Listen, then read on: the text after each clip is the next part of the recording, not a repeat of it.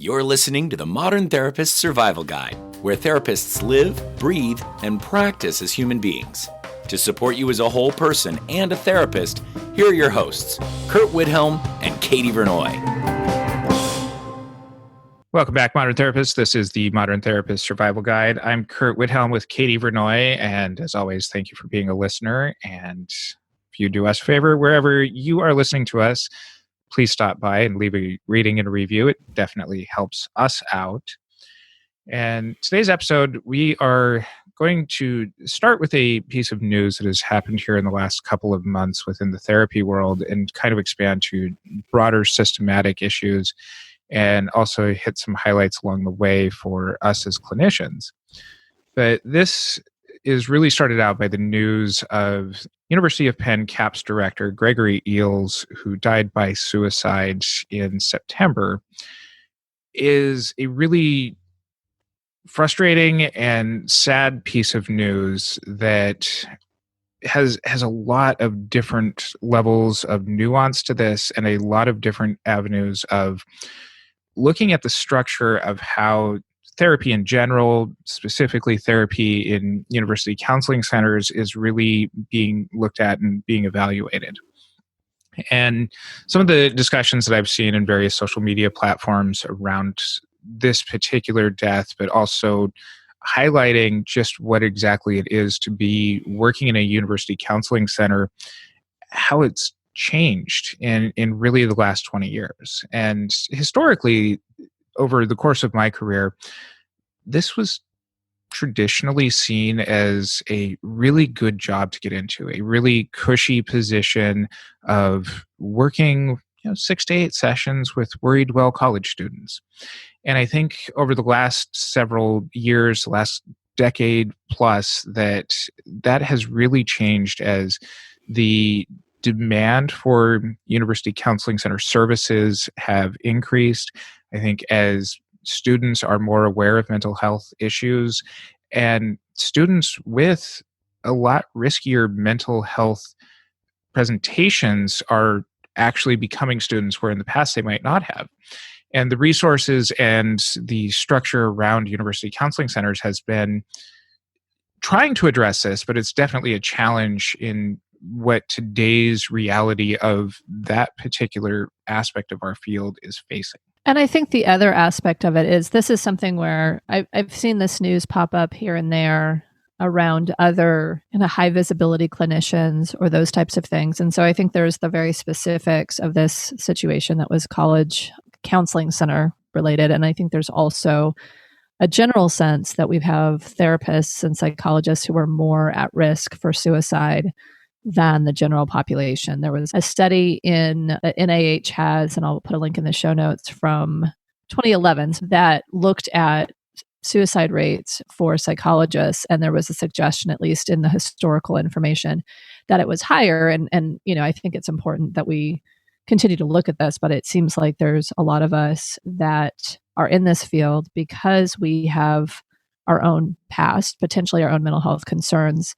And when we are working in an environment that doesn't take care of us properly, and I don't know exactly how to say that more succinctly because we're going to go into it, but I think being able to recognize that we need to discuss this thing, I don't know how to say it better. We need to discuss how clinicians are also at risk for dying by suicide. So a little bit about the background of Greg Eells. He had previously been the director at the University of Southern Mississippi's University Counseling Center and was the president of the Association for University and College Counseling Center Directors, also known as the AUCCCD. After leaving the University of Southern Mississippi, he went to Cornell, where for 15 years he was the executive director at Counseling and Psychological Services. And then in March is when he moved to the University of Pennsylvania.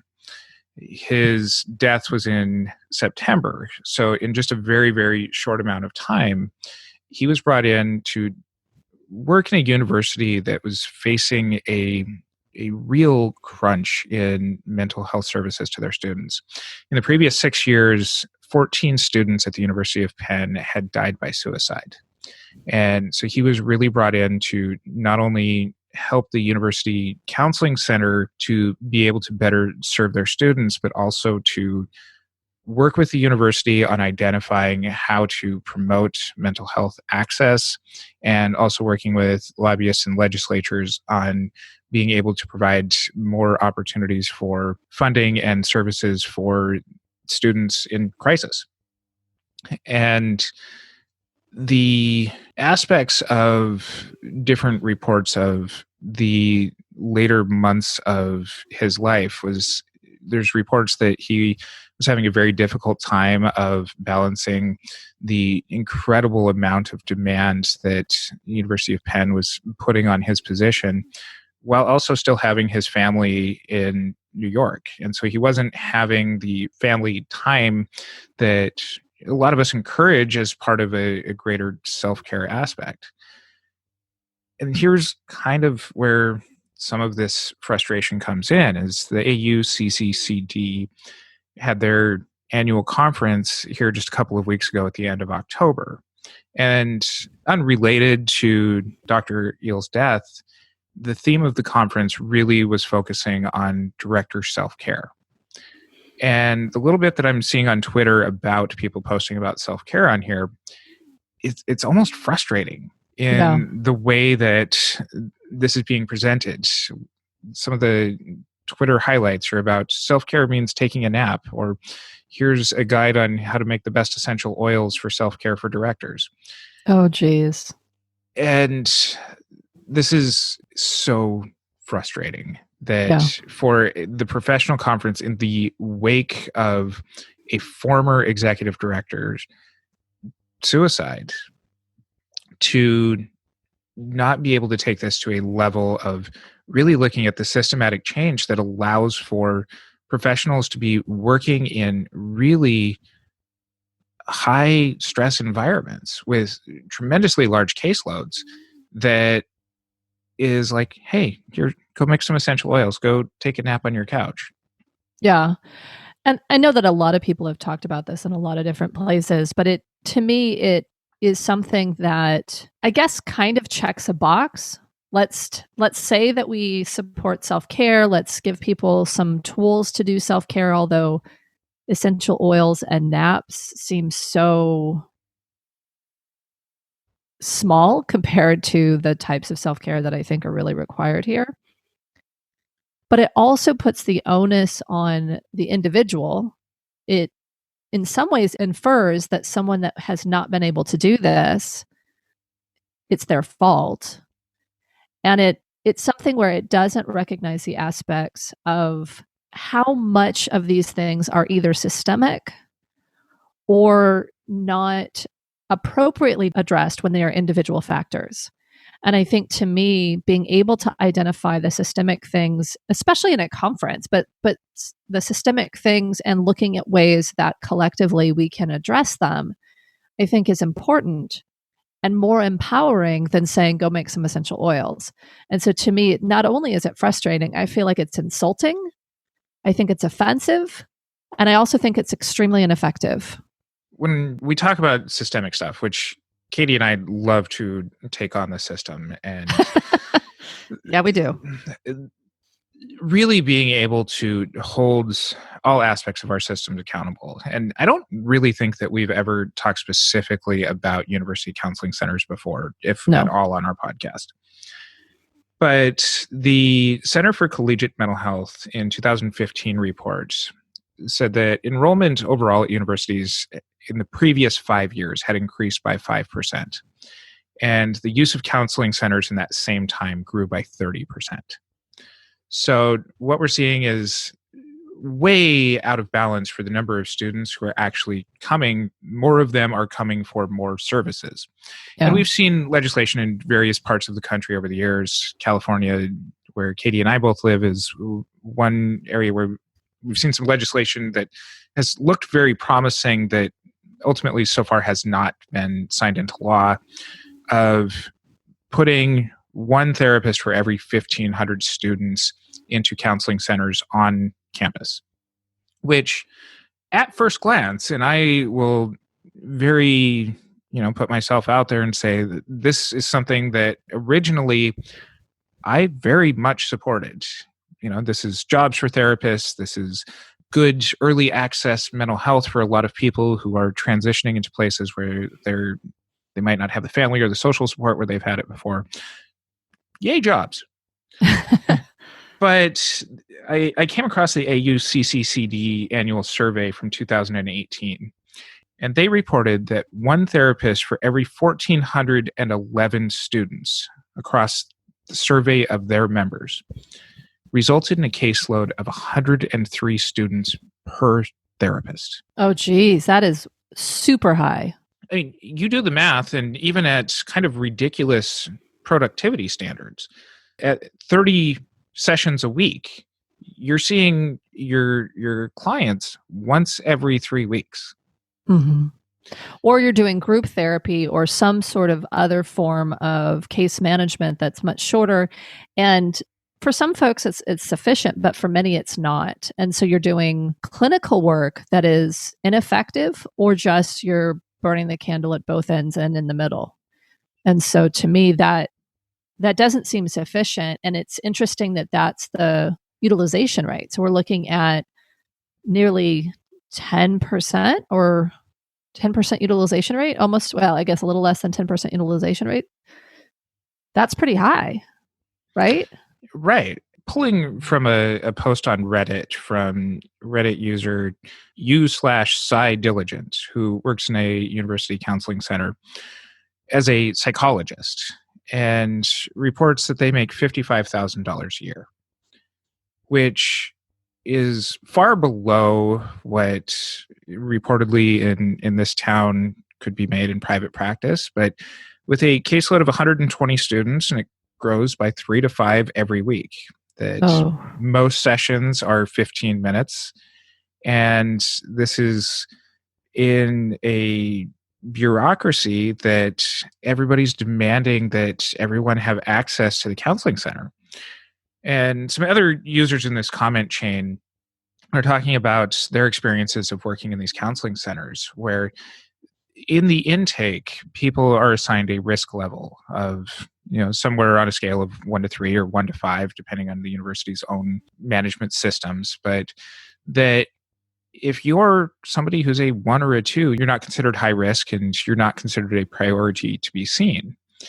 And so what we're potentially doing here is keeping people within a system without necessarily referring them out to other therapists out in the community, because these are students who are seeking help but aren't deemed to be high risk enough to be seen regularly in the counseling centers, but aren't being properly served as far as ongoing early intervention treatment that could help give them the skills early enough, even if it's outside of the university system. Yeah, I think there's probably a couple of things to that, because I know I've had universities refer to me when there's been a specific need or they didn't have the space in their counseling center. So I'm assuming it's very different counseling center to counseling center. But I've also talked to counseling center and kind of student services personnel, and there can be a push to keep services in-house or to keep students in the college or whatever, because students are the revenue stream. Mm-hmm. And so it can be this thing where there's these external forces that are admitting more students, potentially not prepared for college, that are potentially not able to do the work academically, but then that also shows up psychologically. And so there's these greater need for services. And I think that there's some early intervention that can happen, but it can also be something where there's services that are much different or more comprehensive than people have done in the past. And so I think there may be solutions, and I hope that there are solutions, because I think that for some, college is a right step, and people should be able to access it and have the support to be successful. But I also think that there is a need, especially in kind of the professional universities or the for-profit universities, to really look at how they're, letting people in. I mean, there's a whole other conversation that's not really a Survival Guide podcast conversation about who gets let into college and why, and the money and kind of how they're seen as little profits. And so, but when we're looking from the counselor perspective, if they're doing services for more students than they can really service. They're doing services that are maybe less effective because here are students that have higher level of need. And certainly, I mean, I think about this is kind of what happened in the public mental health system while I was there. The level of need to qualify for services became so high that caseloads were just all the most in need, highest intensity cases. And that's a really hard caseload to navigate. And then if you're seeing them for 15 minutes or you can't see them weekly, this is something where I've seen this in a couple of places, and I'll post something in the show notes, but there's this idea of moral injury where you are forced to stay in this environment. You're forced to do services that are suboptimal. And the meaning that you find from work helping people actually diminishes because you've not been able to properly serve these clients. And so that can be a huge hit for folks who are already sacrificing themselves to put on a leaky Band-Aid that's not effective. And so then I think that can really hit very hard for folks who have absolutely no resources left. The resilience is gone. Making meaning is difficult. And to me, it makes sense that in some of these systems, especially that folks who help others to avoid death by suicide see that as an option for themselves because of the level of pain and the depression and the things that they're facing. So rather than just complaining about where the system's at, this is also an opportunity to talk about new ways to evaluate exactly what needs to happen. Very much a part of this is also the discussion around setting self-care boundaries between you and your job. And I can see that Katie is just like raring to go and talking about that. But talking about this more from a systemic effort is not necessarily looking at these blanket ratios of one therapist to 1,500 students, because I think that that's going to wildly vary from institution to institution. I think a small liberal arts school that only has 1,500 students, if you're going to put one therapist in that counseling center, that seems kind of not like the best ratio. Nope. So it might also be a campus that has, just general, really good, mentally healthy, well students who aren't utilizing the counseling center. I think at larger universities, you might have, 20, 30, 40, 50,000 students that is going to have a very different type of student who's showing up there in the first place. And so what I'm going to point to, and we're going to include a whole bunch of stuff in our show notes at mtsgpodcast.com, but the Center for Collegiate Mental Health in 2018 came up with the Clinical Load Index. And this is a really fascinating economic model of determining just exactly what kinds of input should go into just how counseling centers really staff themselves based on not only the number of students at a university, but also the utilization of the students who have been there. And so even in the fluctuations from one school to another, it's being able to see, okay, this university of 10,000 students has this many students seeking out this number of therapy sessions. And this comparable university with 10,000 students is 15% lower. That they shouldn't be forced to require the same number of therapists in both situations. And especially when you get the bean counters in some bureaucratic office in the provost office or wherever else figuring out just how much to staff, that this actually starts to look at the utilization rates. It's also being able to look at the clinical capacity and the number of hours of being able to offer services. And one of the things that I've come across in my readings about the University of Pennsylvania over the last several months was this desire to create mental health access 24 hours a day for students. Yeah. Which is a tremendous undertaking and a phenomenally wonderful aspiration to be able to provide that. But if the program that you're in is not capable of offering 24-hour services, then that's going to really limit the capacity of what your center is going to do, what your structure of your offices is. If the counseling center that you have only has 5 offices, you can only offer 5 sessions at a time. So being able to look at some of those capacity questions really does help to make some of these decisions easier as far as how to staff that isn't a mandated one per 1,500 students. And I see a utility of this not just in university counseling centers, but in nonprofits. I see this in community mental health, is being able to really evaluate just what the need is, so we're not running into these efforts of needing to see 30 plus high risk clients a week. Yeah, I mean, and I really want to expand on both of those points, looking at need and capacity. The need aspect, I think there's what does the student body need?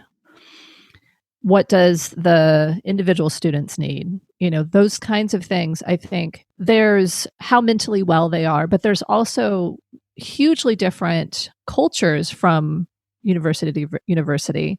There's different things that students are facing depending on the universities. Whereas at Penn and Cornell, Dr. Eells had been in an interview where it was basically saying that the hugely competitive environment and that kind of high-end situation. Ivy League schools. The Ivy League schools. And then there's other schools, and this was more like the school that I went to, where they were very focused on bringing students and populations into the college environment where they were the first generation in school. And there was a lot of, and it was also a competitive school, but it was an Ivy League. And there was a different environment of how do we navigate this new situation, and how do we gain the skills? And so there's, and everything in between, and all different types of situations. There's different actual demographic cultural makeup, and there's different cultures of each school. And so I think being able to really do a needs assessment for your actual student body, I think, is really important. Not just how many therapists, but what types of services. And I think even getting creative about what types of services, because you have 4 offices, you could have 4 sessions at a time, but you could also have 4 groups at a time. You can also start thinking outside of the office. I mean, there's a lot of things that you can do, but if you create a 24/7 coverage situation, for example, you need to actually determine, do I have enough therapists for that? And do I have the resources so that there's not one person? And usually the director, because I was in a director position where there was 24-hour coverage, I felt like I was always on. And I only did that for a short period of time, relatively, about a year. And I felt like I constantly was at work, because even though I wasn't getting the direct calls, I was constantly doing the supervision. I was constantly in that space. And so being able to actually think about, what is the service that you're able to provide? How does that actually address the needs of the students or your clients or whatever? And what is the true capacity? Because there's the capacity of number of people, number of offices, but there's also mental and emotional capacity. I mean, I think that's the thing that I really have come to recognize as I've moved out of public mental health and really started, feeling into all the spaces of what I want to do for myself. I could have capacity to run probably 100 hours a week and do lots of stuff for a period of time, and I would crash and burn.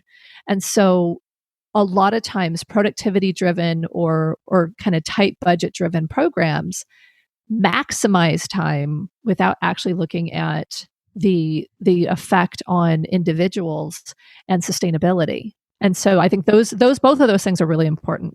Part of this that does go back to at least the university structures here is, I know that a lot of therapists are asked to keep data on client outcomes, and maybe part of your job is being tracked on your productivity and the number of sessions that you're seeing clients each week.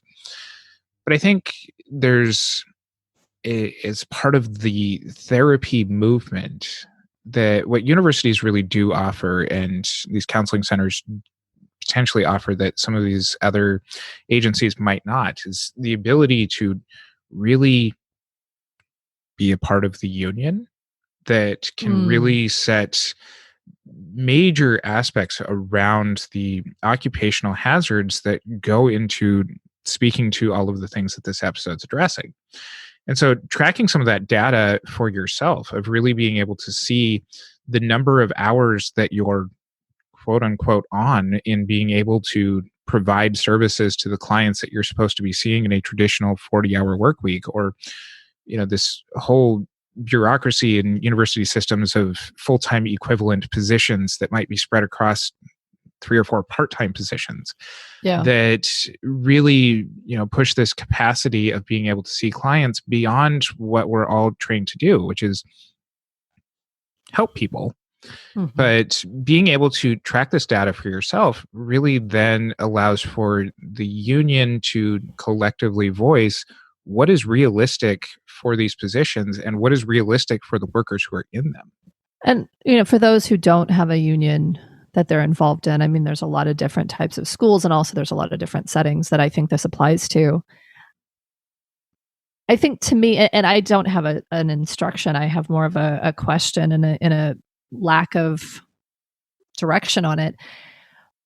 When we look at productivity, or we look at services provided, whether it's hours billed or number of sessions or whatever it is, I don't know how to fix that, because there is truth to the funding streams and those kinds of things that require a certain level of output to keep the funding going. There's a certain truth to all those things. So to me, it's like there's layers of systems that have to be addressed, because if we don't say you need to see this many students and then don't set up a way to do it, it's just, hey, you've got to see 100 students or 120 students in a month. Good luck. That is horrific. If it's, hey, you're going to have, 80 students in 4, workshops that are 20 students each, and then you're going to have another 40 that are either every other week or once a month, and that actually is the right level of service. That's 2 very different pictures, right? Mm-hmm. And I think there's something where it's like, okay, what are the metrics that people are being measured on? How does it actually impact services? And regardless, what is the freedom of movement we have if we're trying to make sure that people are getting paid? I don't know how university funding streams are for the counseling centers. I'm assuming they have a budget, and so they just have to do what they can. And so it would be increasing that line item. And so the university would have to make that decision and determine that was why it needed to happen. But I guess I'm wanting to add that point, because I think that there is a reality that we have a system that, even at a systemic level within your university or your organization, may not be able to be 100% fixed. And you have to decide if you can healthfully stay in it, if there's ways to improve it, if you have the agency to improve it. Because I think there are folks who are in these environments that are burning out, potentially are becoming extremely depressed. Obviously, there's people who are becoming suicidal at all levels of the organizations or the schools. And so I don't think you were being flippant, but I don't want us to be flippant and say, let's go make essential oils either. Like, oh, we'll just, set some boundaries at work. I think it's recognizing that there's a real systemic issue here. And so working within that system, I think determining what's okay and not okay for you, and when you have to step away from it. So I mean, I don't want to be super, I don't know what the right word is, down, negative. I want us to find solutions, but I think that there are things that are not simple. And as we have seen with a lot of the different negotiations and things that have been happening with Kaiser in California, even with a union, they feel pretty hard to solve. So I think we have to recognize that there are some things that are going to be longer shifts, and we have to take care of ourselves in the meantime. And I don't know if that feels depressing or defeatist, but I think that there are some bigger shifts that are going to take time. What's coming up for me as I'm hearing you talk is recognizing that when you're working in some of these systems, Katie and I are out in the wonderful pastures of private practice, of being able to determine what our caseloads are, what our capacity is. But working in these systems, I think one of the really underspoken about signs of burnout is when you as the individual feel that there's no incentive to do more. That when you're showing up, this is we talk about these big signs of burnout of depression and just being constantly always on. But I think that there's a scale in there of I have no incentive to actually do more. I have 95 people on my caseload.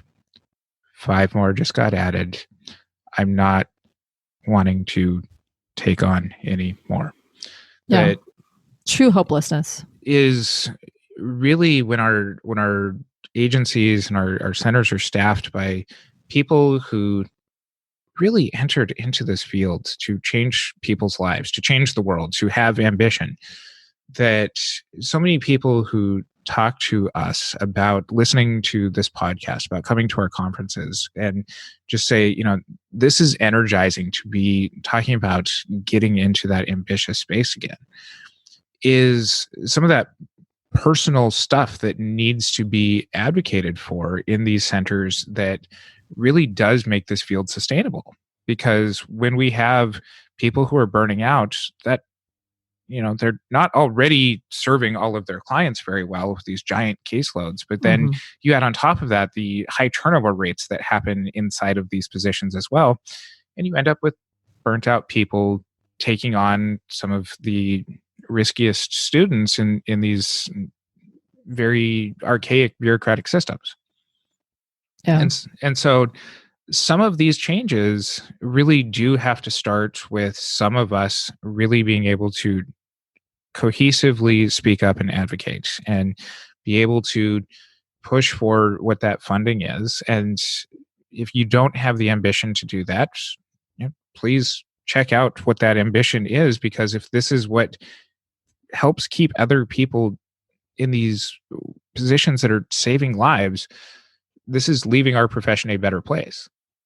And we all have our own individual capacities. We all have our own systemic capacities, but this is really the call to action of let's do something about this and let's continue to push this forward. And so the next time that you see legislation out about, are these jobs actually sustainable? If this is getting written into law of 1 in 1,500, is that actually good enough? And we're starting to see research that probably not. Yeah. And I think the other piece to this, because I've heard of therapists in private practice dying by suicide, and a lot of clinicians either getting out barely when they're just extremely burned out, or washing out, or doing whatever that is. But I think, and this is, I'm a broken record on this, but I think if we're able to connect as a community and identify these things in our colleagues, because when we're in our darkest places, when we're the most burnt out, when we're the most overwhelmed, we may know, we're therapists, we kind of probably know, but we may not know the extent. And I'm just thinking back to my most burnt out, and I've hit it a lot, but the most burnt out when I was in community mental health, and having a colleague who had left the organization kind of mirror back to me what she saw. Even in that moment, I didn't see it. I had a therapist who was helping me. I had actually the same therapist I still have. And, and I had colleagues telling me, but until I got out of that system, I did not realize how detrimental it was to me. And I didn't realize that there was something different. I was the fish in water that didn't know what water was. I had a sense, but I didn't know. And so I think there's so much more we could say, and we've talked about burnout in several episodes. We'll put those in the show notes. But I think that there's this need as colleagues, as supervisors, as managers, because I think all of us are, okay, I'm not going to be overgeneralized. I think many of us are coming from a very good place and still want to help people.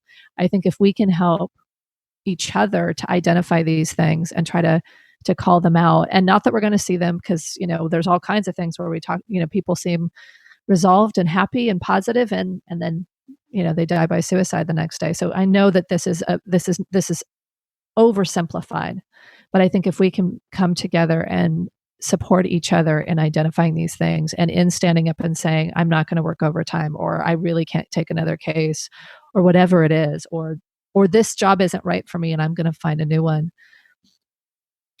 I think that whatever we can do to support each other, the stronger we become as a community. We'd love to hear your thoughts and experiences on all of this. So please reach out to us on our social media or join our Facebook group, the Modern Therapist Group, and continue adding into the conversation. But also, if you're working in one of these centers, start to raise your concerns, start to push for actual change. And we talked about this at our Therapy Reimagine 2019 conference, but the therapy movement is not just within what we're doing, but it is also with what you are capable of doing for your life and your job where you're at. So until next time, I'm Curt Widhalm with Katie Vernoy. Thank you for listening to the Modern Therapist Survival Guide. Learn more about who we are and what we do at mtsgpodcast.com. You can also join us on Facebook and Twitter. And please don't forget to subscribe so you don't miss any of our episodes.